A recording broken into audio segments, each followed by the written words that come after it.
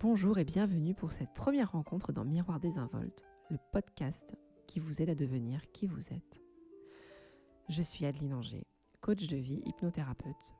Ma mission, c'est de vous aider à vivre une bonne vie, tout simplement. Une vie où vous vous sentez bien. Et je crois que pour faire ça, vous avez besoin d'apprendre ou de réapprendre à aller à l'intérieur de vous pour y trouver vos propres réponses. Car une bonne vie, c'est une vie que l'on définit selon ses propres termes que l'on connaît uniquement si l'on a développé une fine écoute de soi et qu'on a réussi à faire taire tous les bruits extérieurs.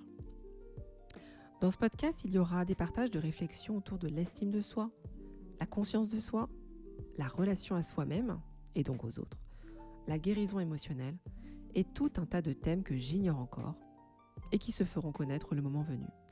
Car ce podcast sera aussi un lieu d'expérimentation où je vais laisser place à la spontanéité. Bienvenue à vous, je suis très contente de vous retrouver, j'espère que vous allez bien. Aujourd'hui, j'avais envie de vous parler du thème de comment laisser aller ce qui ne nous convient plus et avancer dans sa vie avec confiance. Et je pense que ce thème-là, c'est un thème dont j'ai très envie de parler parce que je suis une grande nostalgique. En tout cas, j'ai une grande facilité à retourner dans le passé.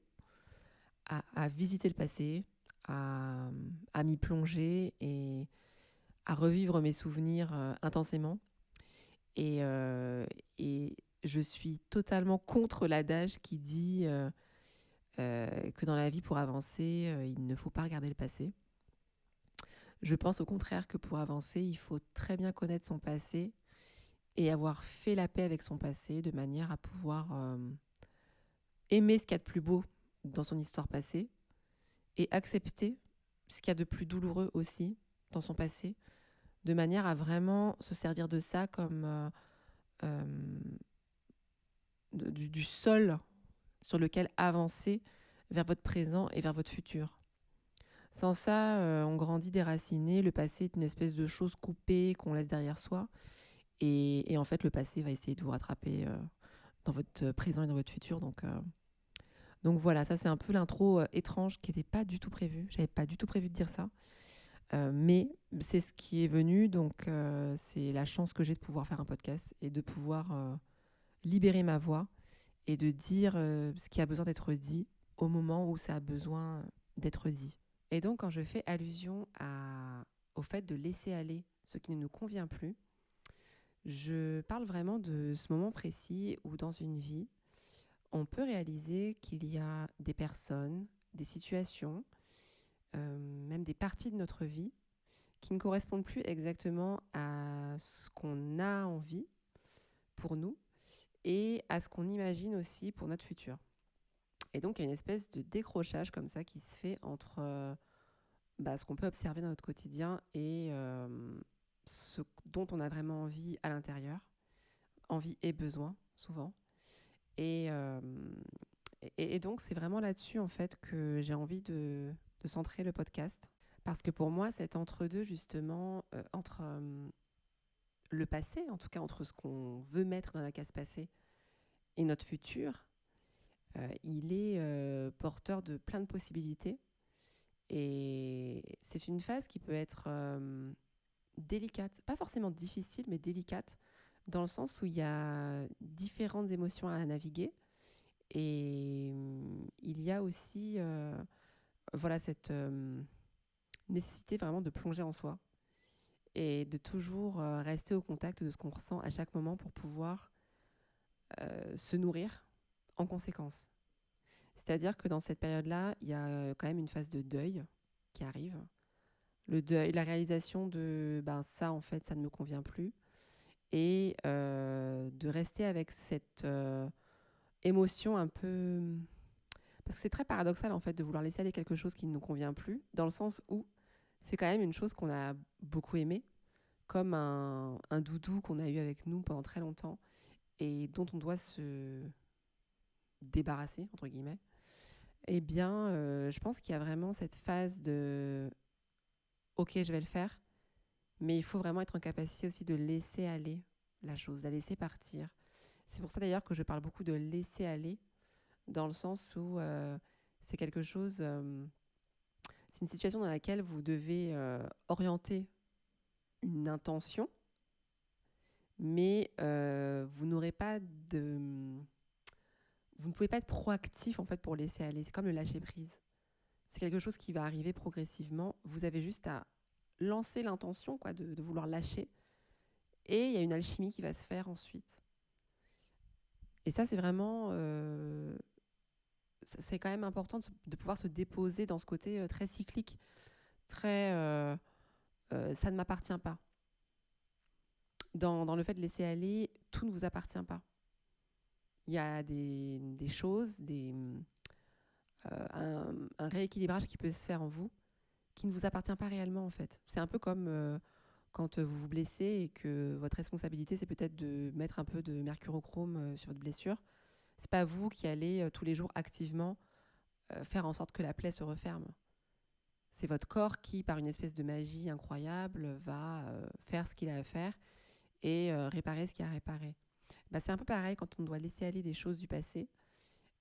Notre seule responsabilité, en fait, c'est de vraiment regarder ce qui ne nous convient pas, ce qui ne nous convient plus, de se dire, ok, quelque chose comme je mérite mieux ou je mérite autre chose ou je mérite plus, ça dépend. Et de vous orienter simplement avec beaucoup de douceur dans cette direction.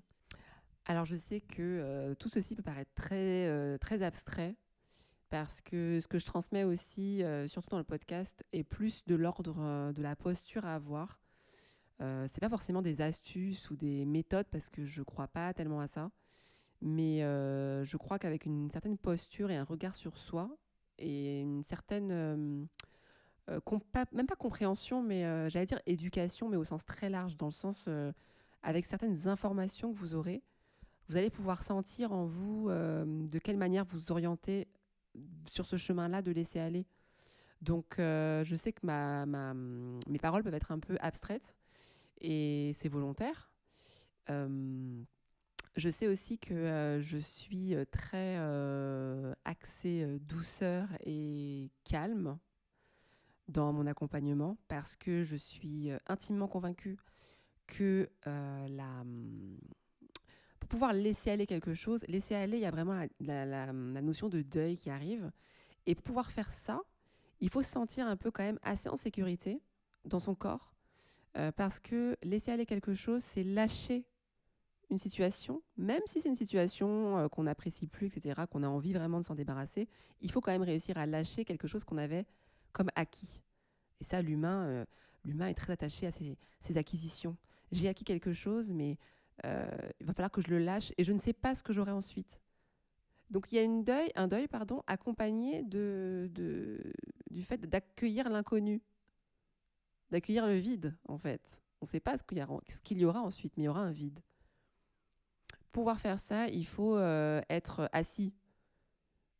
Il est très courant de vouloir, surtout quand on fait de l'accompagnement comme ça et qu'on veut le vendre, de vouloir dire voilà, moi j'ai une méthode, ça va être go, go, go, on va y aller, on va foncer, vous aurez telle chose à faire, vous allez voir, vous aurez des résultats et tout. Mais en fait, ça comment dire, pour que ce soit durable et pour que ça s'enracine vraiment en vous, je ne crois pas à ça en fait. Je crois au contraire que vous avez besoin d'espace dans le corps, de vous déposer, de sentir que vous n'êtes pas responsable de tout ce qui se passe dans votre vie, vous n'êtes pas responsable de faire tout ce travail de lâcher prise. Vous êtes responsable d'une partie et vous devez quelque part vous en remettre à plus grand que vous pour le reste. Pour laisser l'alchimie s'opérer.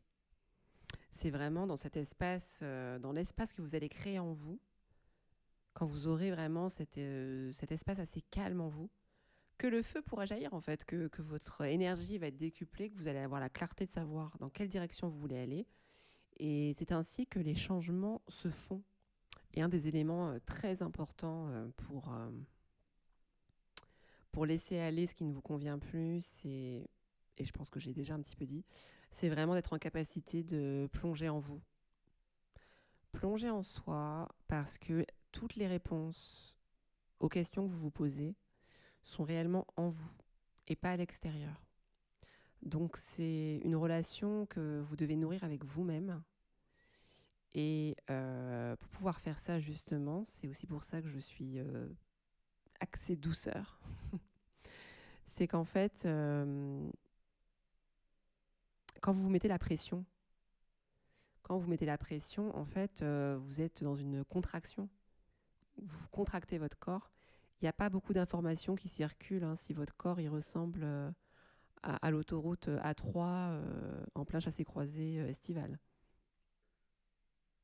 Donc, vous devez vraiment être en capacité de plonger en vous, d'apprendre à vous faire confiance, de faire confiance en ces parties de vous qui savent. Même si les réponses paraissent vraiment étranges parfois, ou incompréhensibles, mais vous devez plonger en vous pour obtenir la clarté et avancer avec confiance. Vous avancez pas avec confiance si vous fiez uniquement à quelqu'un de l'extérieur, y compris des thérapeutes, y compris des coachs, y compris moi. Euh, vous êtes vraiment votre propre guide. Alors c'est super sur le chemin si vous avez des personnes qui peuvent vraiment vous accompagner, qu'elles soient professionnelles ou non. Mais vraiment cette idée de plonger en soi et de pouvoir se dire ok, j'avais déjà eu telle réponse, j'ai suivi telle réponse et ça m'a amené ici. Ok, donc maintenant je comprends comment ça marche. Donc je vais pouvoir y retourner. C'est une relation qui va vraiment se construire avec le temps et avec l'expérience. Et il est toujours bon de noter, de tenir un journal justement pour voir un peu quelles ont été les questions, quelles ont été les réponses, quels ont été, entre guillemets, les résultats. Parce qu'on n'est pas vraiment dans une recherche d'efficacité, mais bon, on va quand même dire résultats. Quelles ont été voilà, les directions dans lesquelles vous êtes allés. Et peu à peu, parce que finalement c'est ça, hein, se faire confiance et avancer, c'est vraiment prendre conscience qu'il y a une sagesse en vous et que cette sagesse-là peut vous amener très très loin. Et si vous savez qu'elle peut vous amener très très loin, vous aurez beaucoup plus de facilité à laisser aller ce qui ne vous convient plus. Vous aurez aussi la sécurité de faire tout ça en vous connaissant à fond. La connaissance de soi, c'est vraiment le truc pas hyper sexy comme ça. Mais sincèrement, il n'y a rien de plus puissant en fait que ça pour savoir se diriger dans la vie et laisser aller ce qui ne nous convient pas. Et quand je parle de connaissance de soi, je dirais, j'aurais envie de proposer différentes approches parce qu'en fait, tout le monde n'a pas une histoire facile à aborder. Tout le monde n'a pas une histoire qu'il a envie d'aborder. Mais en fait, sincèrement, on peut commencer par, voilà, c'est qui mon papa, c'est qui ma maman, c'est quoi leur histoire, c'est quoi leur caractère, qu'est-ce que j'aime le plus chez mes parents, qu'est-ce que j'aime le moins, qu'est-ce qu'ils ont vécu comme choses difficiles, qu'est-ce qu'ils ont vécu comme, voilà, comme événements merveilleux, même leur manière de quelle manière ils me parlent de leur propre vie, de leur passé. Et en fait, tout noter parce que tout est de l'information. Un parent qui parle de son histoire, c'est de l'information. Un parent qui n'en parle pas, c'est aussi une information. Qu'est-ce que les parents de mes parents leur ont transmis? C'est quoi l'histoire familiale? Puis on peut aller encore très très loin comme ça. Dans quel milieu culturel, social ont-ils vécu? Parce qu'en fait, tout l'environnement est oui, c'est vraiment une source d'information incroyable pour expliquer ou pour raconter votre histoire à vous. Parce que tout joue, y compris les choses, oui, auxquelles on ne pense pas forcément. Par exemple, là, je parlais de culture. Le milieu culturel, le pays dans lequel vous avez grandi, vos origines familiales, ont vraiment un impact sur, par exemple, votre vision du deuil. Il y a des personnes pour qui le mot deuil, déjà, ça évoque un truc noir, sombre et terrible. Une fin totale, une fin finale, j'allais dire. Une fin radicale. Et dans d'autres pays, le deuil est complètement différent. C'est autre chose. Il y a d'autres énergies, il y a d'autres émotions. Il y a des rituels, il y a des couleurs différentes, des émotions différentes. Et rien que ça va impacter sur votre manière à vous de voir ces choses que vous devez laisser aller. Enfin, que vous devez laisser aller. Je le dis souvent, hein, vous devez, mais en fait, vous ne devez rien du tout, vous faites ce que vous voulez. Mais si vous voulez laisser aller les choses, voilà, sachez que tout est information dans votre histoire familiale et la connaissance de soi, pas uniquement à un niveau intellectuel, mais la conscience de soi, c'est-à-dire comprendre comment cette histoire-là me façonne, comment cette histoire-là me fait ressentir des choses par rapport à mon présent. Parce que votre passé, votre passé, il vit en vous. Hein. Les parents nous ont transmis quelque chose, forcément. Quelque chose qu'on aime ou qu'on n'aime pas, mais ils l'ont transmis. Qu'en faites-vous aujourd'hui? Car c'est ce passé qui vit en vous, qui va vous orienter vers les endroits de votre vie où vous avez besoin de guérir. Où vous avez besoin de laisser aller des comportements, des situations, des personnes. C'est vraiment ce passé qui va vous guider, parce qu'il vit en vous. Et c'est aussi ce passé qui va vous montrer quels sont les apprentissages que vous avez besoin de faire. Un apprentissage, c'est traverser une situation douloureuse dont vous allez retirer quelque chose qui va vous permettre de grandir. Et quand vous commencez un peu à sentir justement le sens qu'il y a derrière certains événements, les chemins que vous avez empruntés, les choses que vous avez pu apprendre sur vous, sur le monde, la façon dont tout ça commence à prendre forme, même s'il y a des événements pour lesquels il peut être difficile de trouver un sens là tout de suite. Parce qu'il y a des événements qui sont vraiment immensément douloureux et pour lesquels il n'y a pas de sens qui vient. Laissez ces événements de côté, c'est pas grave.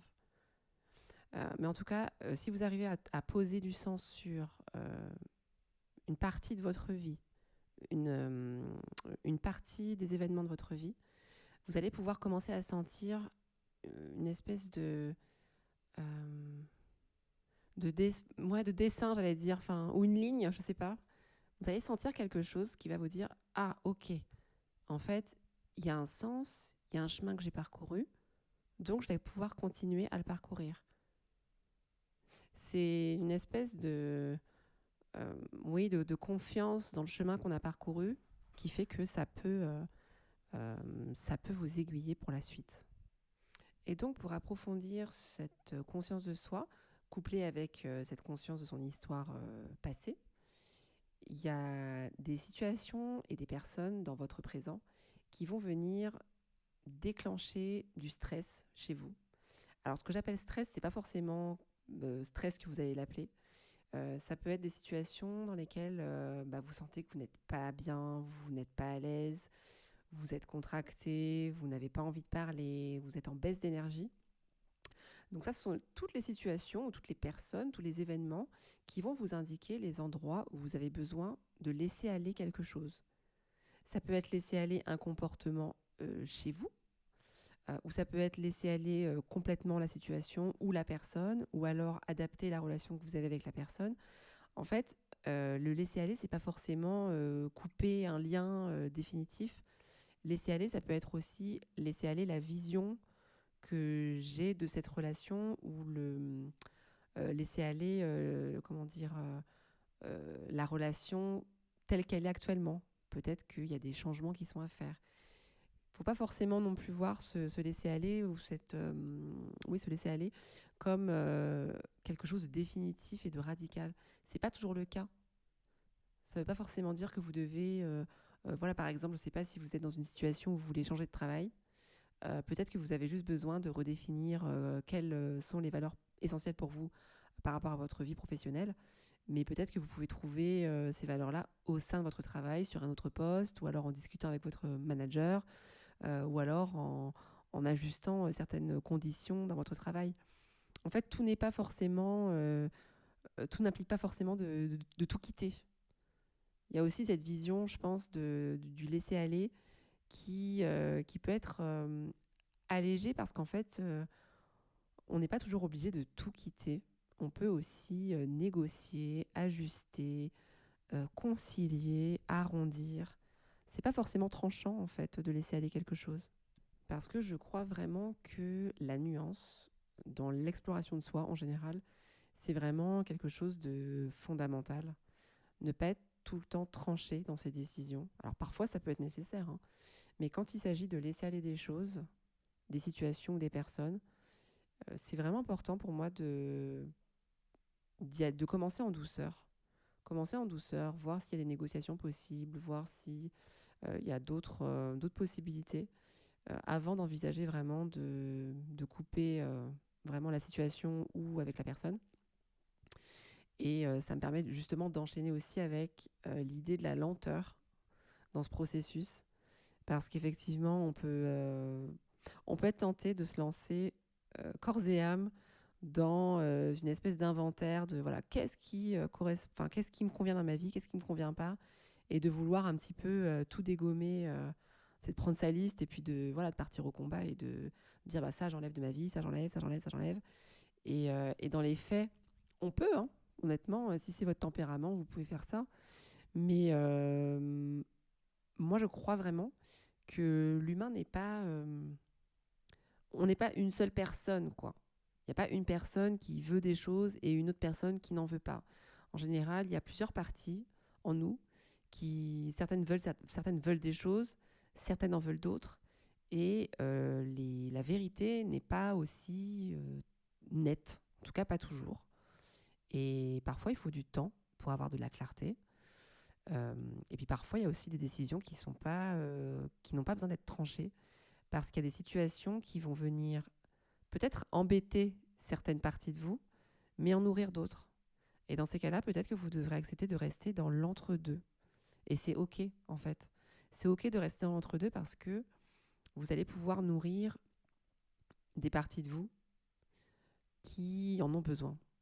Même si une autre partie y voit une opposition, parfois cet entre-deux, cette nuance, cette décision un peu mitigée, qui a l'air un peu tiède, eh ben elle est OK en fait. On a le droit de prendre des décisions un peu tièdes, on a le droit de faire dans la lenteur.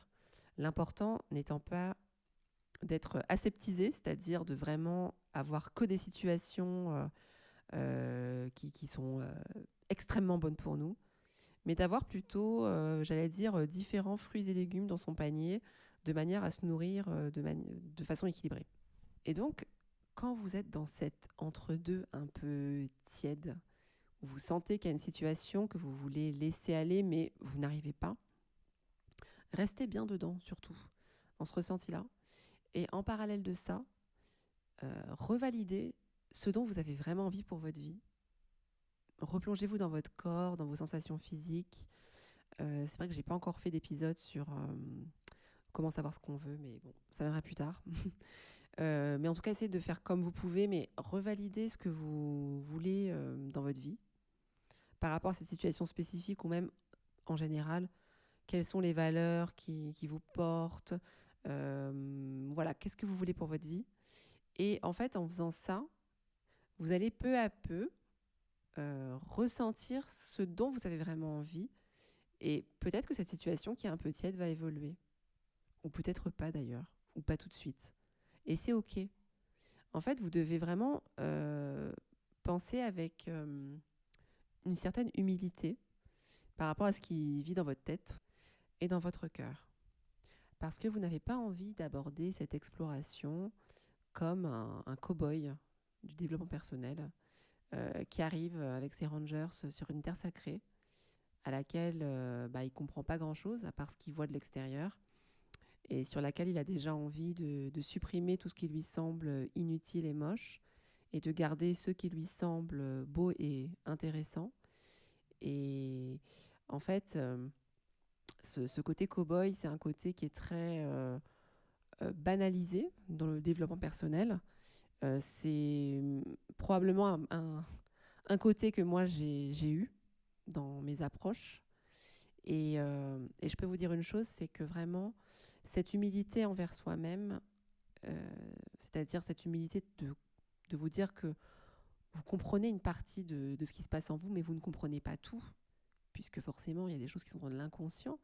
L'inconscient, c'est vraiment ce dont vous n'avez pas conscience, mais c'est ce qui est caché en fait. C'est caché, donc vous ne savez pas. Vous ne savez pas pourquoi vous faites ce que vous faites, mais il y a un sens à ce que vous faites.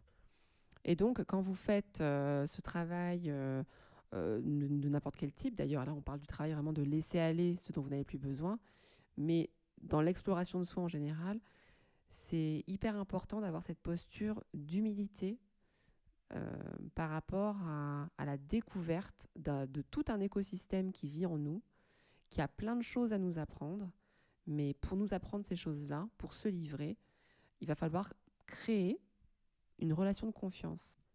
Car c'est avec la confiance que vous allez nourrir en vous, en cette sagesse que vous avez en vous, que justement vous allez obtenir des réponses beaucoup plus facilement, beaucoup plus de souplesse dans...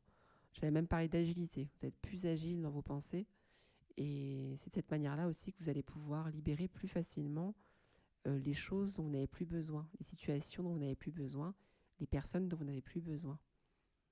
C'est vraiment en créant cet espace-là que l'alchimie peut se faire. C'est avec la confiance aussi que vous allez pouvoir écouter votre intuition, la reconnaître, lui faire confiance et avancer avec elle main dans la main. Alors, j'ai déjà parlé de l'importance de se donner le temps, le droit à l'entre-deux. Et pour renforcer ça, en fait, j'ai envie de vous dire, créez le plus d'espace possible dans votre tête et dans votre corps pour pouvoir cheminer, parce que c'est pas quelque chose que vous allez faire... Enfin, si ça peut, hein, si c'est une chose que vous avez besoin de libérer, bon, ça va, mais en général, là, c'est plutôt pour faire un travail presque d'une vie, j'allais dire, mais oui, c'est le travail d'une vie finalement. Eh bien, je pense qu'au quotidien, ça peut être pas mal d'avoir une routine.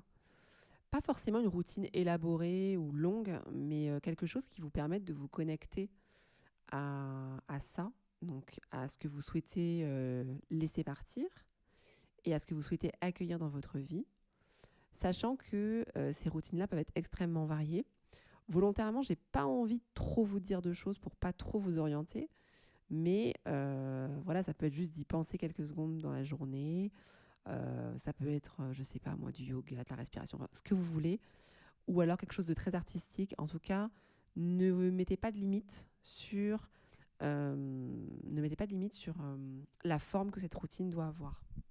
Avoir une routine, c'est quelque chose de très intéressant quand on veut avoir une exploration de soi quotidienne et qu'on envisage vraiment de ne pas spécialement arrêter cette exploration dans sa vie. Donc que ça soit vraiment une espèce de fil rouge qu'on tient presque tout au long de sa vie. Et je trouve aussi que c'est très utile quand on a envie de faire des changements dans sa vie, mais qu'on n'est pas certain que ce soit réellement possible. Je pense à des situations où, par exemple, quand on a toléré des comportements peu nourrissants autour de nous, de manière répétitive, en fait, on finit vraiment par croire que c'est ce qu'on doit accepter. Et quand vous allez casser ça, quand vous allez commencer à vraiment poser l'intention que vous voulez libérer ces situations-là, donc ces comportements peu nourrissants que vous avez autour de vous, il y a une nouvelle réalité qui va émerger, mais votre cerveau, il lui faut quand même du temps pour accueillir cette nouvelle réalité comme étant possible. Et la routine, justement, c'est quelque chose qui va venir renforcer cette possibilité, cette confiance en un autre possible. Pour ma part, j'écris quotidiennement, voilà, c'est ma routine, parce que c'est ce que je préfère. Et je dois dire que en fait, le gros avantage de l'écriture, c'est que parfois on peut juste reprendre un vieux carnet et se rendre compte qu'on a fait un gros chemin depuis, qu'on a réussi en fait à laisser partir des situations. Et on se dit, mais waouh, en fait, je me sentais comme ça, mais c'est chaud, quoi. Et voilà, en fait, on se rend compte à quel point on peut être super différent aujourd'hui. Et ça donne vraiment l'énergie, pas l'énergie, mais ça donne le courage de continuer, de se dire qu'en fait, même si parfois ça paraît difficile, euh, le chemin est là. Il faut juste continuer à marcher dessus, en fait. Merci d'avoir écouté cet épisode de Miroir désinvolte. Pour transformer votre vie et alchimiser vos blocages en force, découvrez mon travail de coach sur adelineanger.com. Envoyez-moi un message personnel ou réservez directement une séance de coaching individuel en ligne, où que vous soyez dans le monde. Si vous avez aimé cet épisode, abonnez-vous au podcast Miroir désinvolte et aidez-moi à le faire connaître en laissant des commentaires et des étoiles. Et surtout, si ce podcast vous donne envie de vivre une vie qui a du sens et qui prend racine en l'être que vous êtes véritablement, je suis là pour vous écouter et vous accompagner. À bientôt.